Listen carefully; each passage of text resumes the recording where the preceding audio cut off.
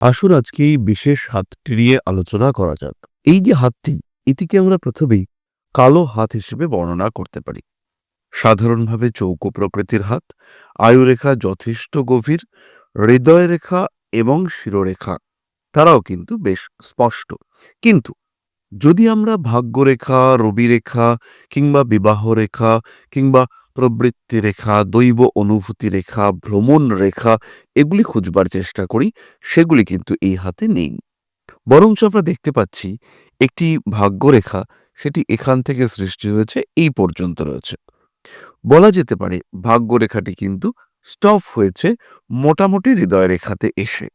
তাহলে এই মানুষটির ক্ষেত্রে যে ক্যারিয়ার স্টার্ট হচ্ছে, সেটা কিন্তু জীবনের ছোটবেলা থেকেই টলমলভাবে শুরু হচ্ছে। অর্থাৎ ক্যারিয়ারের যে স্ট্রেংথ, সেটা কিন্তু অনেকটাই পিরিচ। তারপরে চাকরি প্রাপ্তির পরবর্তী অবস্থা, সেটাও কিন্তু একটা সার্টেন এজের পরে এসে ব্লক হয়েছে। এই যে ভাগ্যরেখা এইভাবে স্টপ হয়ে যাওয়া এই পর্যন্ত এসে, এটা ইন্ডিকেট করে মিসগাইডেড হওয়া। হয়তো এই জাতকের প্রচুর পয়সা আছে, হয়তো এই জাতক উপার্জন করছেন, কিন্তু অ্যাংজাইটি, টেনশন, ফিনান্সিয়াল স্ট্রেস এটা এর মধ্যে সবসময় আছে। বহু ক্ষেত্রে এই ধরনের হাতে দেখতে পাওয়া যায় 54, 55 এরকম এজে এসে কর্মহীন হয়ে যাওয়া, চাকরি চলে যাওয়া, চাকরি থেকে রিটায়ার করে যাওয়া, চাকরি বন্ধ হয়ে যাওয়া, কারখানা বন্ধ হয়ে যাওয়া, এরকম বিষয় দেখতে পাওয়া যায়। কিন্তু এই সমস্ত কিছুর মধ্যে এই হাতটার কালো রং হতে পারে, ভাগ্যরেখা দুর্বল হতে পারে, কিন্তু সবকিছুর মধ্যেও যে পজিটিভিটি আমরা দেখতে পাচ্ছি, সেটা হচ্ছে এই বুড়ো আঙ্গুলে এবং ওভারঅল হাতের শেপে। এটি কিন্তু বিশুদ্ধ একটি চৌকো প্রকৃতির হাত। তার সঙ্গে সঙ্গে হাত এবং আঙ্গুলের গড়ন এটাও কিন্তু খুব ভালো। ফলে এই জাতকের মধ্যে একটা কন্টিনিউয়াস লড়াই করার প্রবণতা দেখতে পাওয়া যাবে। এরপরে আমরা যেটা দেখতে পাচ্ছি, এই হাতের মধ্যে বৈশিষ্ট্য, সেটি হলো আয়ুরেখা এরকম একটা এজে আসবার পরে সেটি কিন্তু একটু অন্যরকম হয়ে গিয়েছে। এখান পর্যন্ত আয়ুরেখার যে গতি, তার পরবর্তী অংশের যে গতি, সেটা কিন্তু ডিফারেন্ট। লক্ষ্য করলেই বুঝতে পারা যাবে যে এই অংশে এসে আয়ুরেখা কিন্তু একটি অংশ শুক্রক্ষেত্রের দিকে ঢুকেছে। এই যে শুক্রক্ষেত্রের দিকে আয়ুরেখা প্রবেশ করলো, এটা কিন্তু ইন্ডিকেট করে পুঁজির উপরে হাত দেওয়া, সঞ্চিত অর্থ সেটা নষ্ট করা, অতিরিক্ত লোন নিয়ে ফেলা কিংবা কোনো ঘাতক অ্যাক্সিডেন্টের সম্ভাবনা। সাধারণত আমরা দেখতে পাই যে এই রেখাটি যদি এই দিকে যায়, সেই ক্ষেত্রে এই অ্যাক্সিডেন্টের উপরে জাতকের হাত থাকে। জাতক অর্থাৎ যার হাত আমরা দেখছি, তার কোনো ভুল, তার নিজস্ব দোষ, তার কারণে সমস্যা সৃষ্টি হয়। আবার এই রেখাটাই যদি এই দিকে দেখতে পাওয়া যায়, সেই ক্ষেত্রে আমরা দেখতে পাই যে বাহ্যিক কোনো ব্যক্তির কারণে সৃষ্টি হয় এই সমস্যা। সুতরাং এই জাতকের কিন্তু এই বয়সে এসে আঘাতপ্রাপ্তির সম্ভাবনা রয়েছে।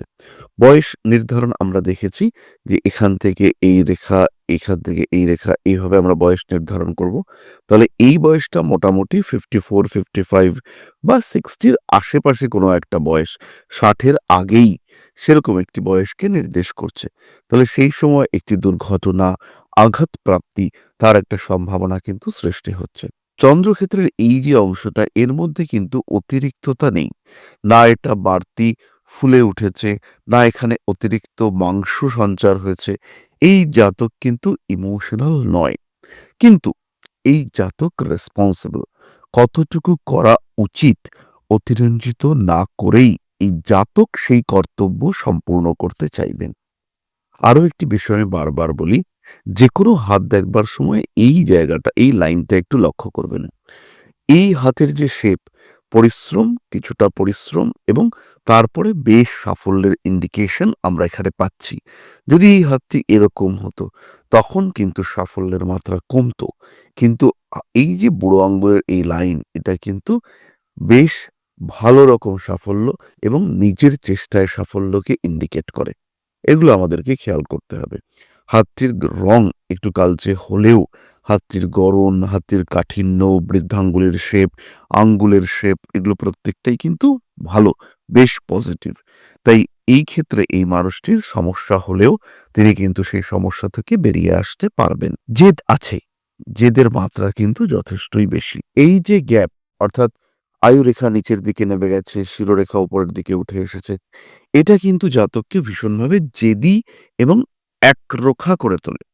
এই বিষয়টি আমরা এই জাতকের ক্ষেত্রে দেখতে পাবো এবং খুব স্পষ্টভাবেই দেখতে পাবো। এই জাতক যে চরম আধ্যাত্মিক তা কিন্তু নয়। খেয়াল রাখতে হবে, হৃদয় রেখা যদি বৃহস্পতি ক্ষেত্রের দিকে প্রবেশ না করে, সেই ক্ষেত্রে কিন্তু আধ্যাত্মিকতার মধ্যে রূঢ় বাস্তব সংযুক্ত হওয়ার সম্ভাবনা বাড়ে। আধ্যাত্মিকতায় ভাব এবং ভক্তি সেই বিষয়টিকে নিয়ে আসতে পারে হৃদয় রেখা। হাত দেখার সময় এই বিষয়গুলিকে খেয়াল রাখতে হবে।